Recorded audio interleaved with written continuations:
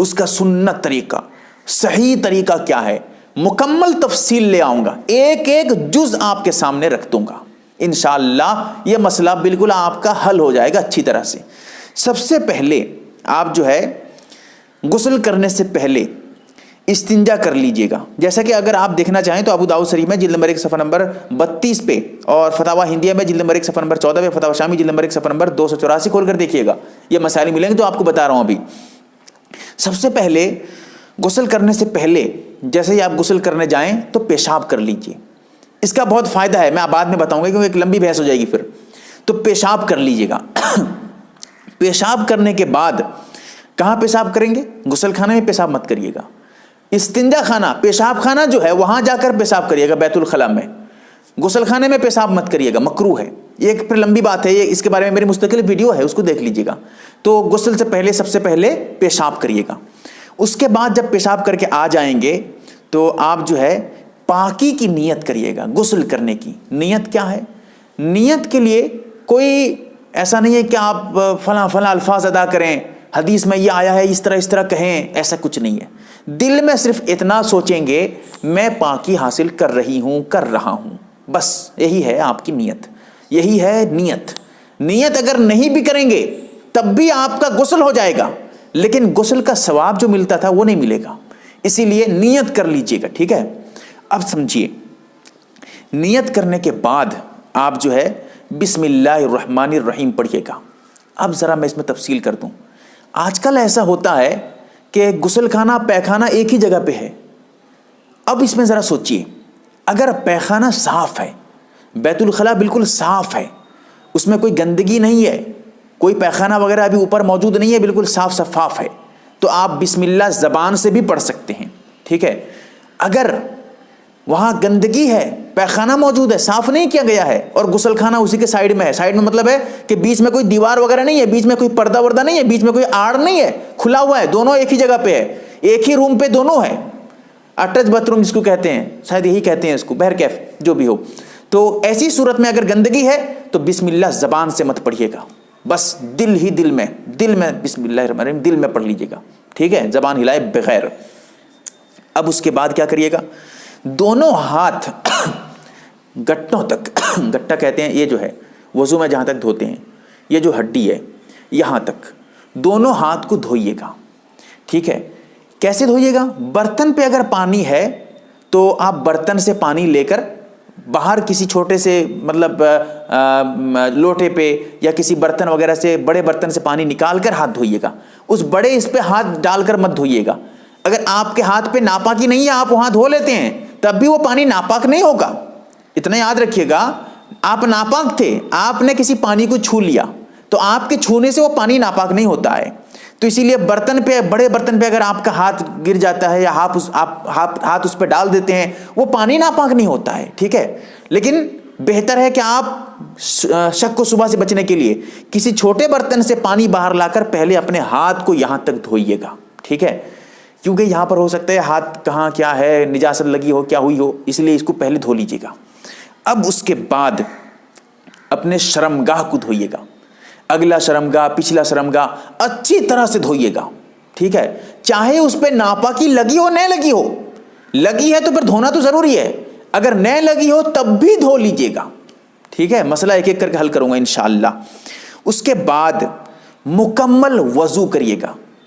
وضو میں اگر دعا کی بات آ جائے گی تو پھر دعا وہی کر سکتے ہیں، اگر ناپاکی وہاں گندگی موجود ہے سائڈ میں تو آپ دعا مت پڑھیے گا، اور اگر گندگی نہیں ہے، صاف ہے، یا پھر صرف اور صرف غسل خانہ ہے جہاں غسل کر رہے ہیں، کوئی وہاں سائڈ میں پیخانہ وغیرہ نہیں ہے بغیر پردے کے، تو ایسی صورت میں آپ دعا بھی، وضو کی دعا جو ہے وہ بھی پڑھ سکتے ہیں۔ غسل کے لیے الگ سے کوئی دعا نہیں ہے، غسل کے لیے فلاں فلاں دعا، یا غسل سے پہلے پانی کو کچھ پڑھ کے دم کر کے پانی پہ ڈالنا، یا کلمہ پڑھنا، یہ سب کچھ نہیں ہے، سب غلط باتیں ہیں بھائی۔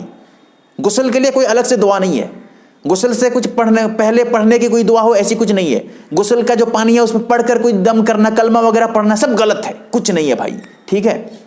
تو اب جو ہے آپ مکمل وضو کریے گا۔ وضو کرنے میں کلی بالکل اچھی طرح سے کریے گا، بہت اچھی طرح سے پابندی کے ساتھ کلی کریے گا، اور اس کے بعد ناک میں پانی جو ڈالیے گا وہ بھی اچھی طرح سے تاکہ نرم ہڈی تک پہنچ جائے. کلی میں اگر ہو سکے تو گرگرا جو پانی لے کر گرگرا کرتے ہیں, غرارہ بھی کہا جاتا ہے اس کو, یہ بھی کریے گا, ٹھیک ہے. یہ ضروری نہیں ہے لیکن کر لینا چاہیے. تو یہ دونوں جو ہے میں آگے بتاؤں گا کیا فائدہ ہے اس کا. رہا وضو مکمل کریے گا, پیر دھونے کی بات ہے, اس میں ذرا تفصیل ہے. وہ کیا ہے؟ اگر جہاں آپ غسل کر رہے ہیں وہاں پانی جمع ہو رہا ہے تو اب پیر دھونے کی ضرورت نہیں ہے, پیر بعد میں دھوئیے گا. مکمل غسل کرنے کے بعد جب باہر نکلیں گے تو پیر دھو کر نکلیں گے. اور اگر پانی جمع نہیں ہو رہا ہے, آج کل ہوتا بھی یہی ہے کہ نالی بنی رہتی ہے, پانی چلا جاتا ہے, جمتا نہیں ہے, تو اس وقت پیر بھی دھو لیجیے, کوئی بات نہیں. مکمل وضو میں پیر بھی دھو لیجیے گا. اور کب دھوئے گا نہیں دھوئے گا میں بتا چکا ہوں آپ کو, ٹھیک ہے.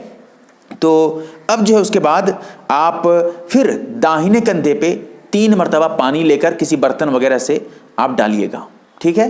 پھر اس کے بعد بائیں کندھے پہ 3 مرتبہ پانی ڈالیے گا. پھر سر پہ 3 مرتبہ پانی ڈالیے گا.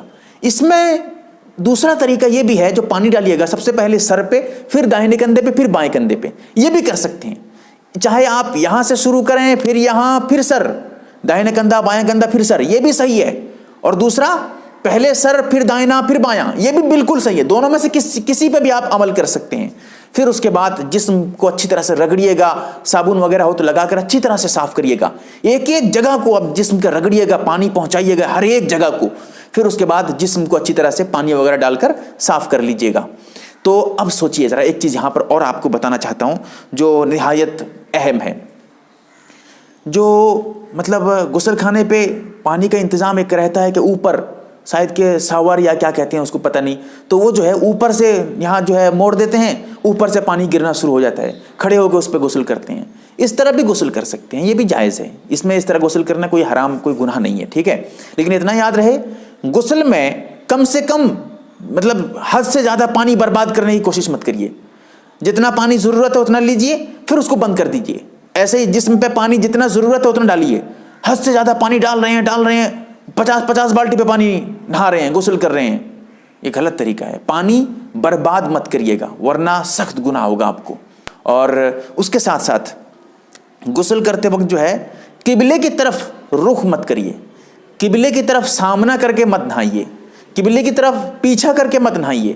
اس طرح نہائیں گے تو گناہ نہیں ملے گا. لیکن ہاں اگر آپ مکمل کپڑے اتار چکے ہیں پھر قبلے کی طرف رخ کر کے نہا رہے ہیں, قبلے کی طرف پیچھا کر کے نہا رہے ہیں, تو اب یہ آپ کے لیے مکروہ ہوگا, ایسا مت کریے گا. اس کے ساتھ ساتھ قبلے کی طرف ہر حالت میں جو ہے پیچھا یا سامنا نہ کریں, ٹھیک ہے. اور اس کے ساتھ ساتھ ایک چیز اور یہاں پر بھی یاد رکھیں کہ تنہائی میں غسل کریں, ایسی جگہ غسل کریں جہاں پر کوئی اور نہ ہو. اکیلے میں غسل خانے میں کھلے عام کھلی جگہ پہ غسل نہ کریں گے تو ستر چھپا کے غسل کر رہے ہیں تو کوئی گناہ نہیں ہے, لیکن پھر بھی احتیاط یہ ہے کہ آدمی جو ہے اکیلے میں غسل کرے. اس کے ساتھ یہ بھی یاد رکھیے گا کہ غسل کے جو فرائض ہیں ان کا ادا کرنا ضروری ہے. غسل کے فرائض کیا کیا ہیں؟ غسل کے فرائض ہیں 3. ایک ہے کلی کرنا, اسی لیے میں نے کہا تھا وضو میں اچھی طرح کلی کر لیجیے گا. اگر کلی آپ نہیں کریں گے آپ کو غسل نہیں ہوگا. تو جب کلی کرنا بھول جائیں گے تو بعد میں آ جائے تو پھر دوبارہ کلی کر لیجیے. غسل مکمل کرنے کی ضرورت نہیں, صرف کلی کر لیں گے آپ کا غسل ہو جائے گا. تو اسی طرح ناک میں پانی ڈالنا اچھی طرح سے نرم ہڈی تک, ناک کے اندر کوئی گندگی ہو تو اس کو بھی صاف کر لیجیے, پھر پانی ڈالیے اچھی طرح سے. تو یہ 2 فرض ہیں, ایک ہے کلی, ایک ہے ناک میں پانی ڈالنا. تیسرا فرض پورے جسم پہ پانی بہانا, اور اس طرح بہانا کہ ایک بال برابر بھی کوئی خالی جگہ نہ رہے, جو ہے پیٹ پہ, پیٹھ پہ اور سرین پہ, سر پہ, اس کے علاوہ جو ہے مطلب جسم کے ہر ایک حصے پہ, انگلیوں کے اندر, پیر کی انگلیوں کے اندر, سب میں پانی اچھی طرح پہنچنا چاہیے. ایک ذرہ بھی کہیں سوکھا رہ جائے گا تو آپ کا غسل نہیں ہوگا, یہ یاد رکھیے گا. اس کے ساتھ ایک اور چیز ہے, کوشش یہ کریے مکمل کپڑا نہ اتاریں, کم سے کم جتنا ہو سکتا ہے آپ کے لیے. ایسا نہیں ہے کہ آپ پورا کپڑا, سب کپڑا پہن کے غسل کر رہے ہیں, یہ بھی نہیں میں کہہ رہا ہوں. میں یہ کہہ رہا ہوں مکمل ننگے مت ہوئیے, مکمل کپڑا مت اتاریے, ٹھیک ہے. اکیلے میں ہے تو ایک الگ مسئلہ ہے, میری مستقل ویڈیو ہے, سرچ کر کے دیکھ لیجئے ننگا غسل کرنا کیسا ہے, وہ ویڈیو میری ہی ہے, اس کو دیکھ سکتے ہیں آپ. تو یہ بہتر کیا ہے, کم سے کم ستر چھپا کر نہائیں, ٹھیک ہے. کم سے کم اپنے جسم سے کوئی نہ کوئی کپڑا پہن کر نہایا کریں. اکیلے میں اگر ہیں تب بھی اللہ سے دعا کریں, اللہ تعالیٰ صحیح سمجھ عطا فرمائے. میں نے مکمل تفصیل سے بتایا ہے, ہو سکتا ہے کہ ایسی ویڈیو پورے یوٹیوب پہ آپ کو نہ ملے. اور اس کے ساتھ ساتھ یہ بھی کہنا چاہوں گا طریقہ میں نے تفصیلی بتایا ہے، آپ کی ذمہ داری ہے ایک ایک لوگوں تک، مسلمانوں تک یہ صحیح طریقہ پہنچے اور وہ جو ہے شریعت کے مطابق عمل کر سکیں۔ اللہ تعالیٰ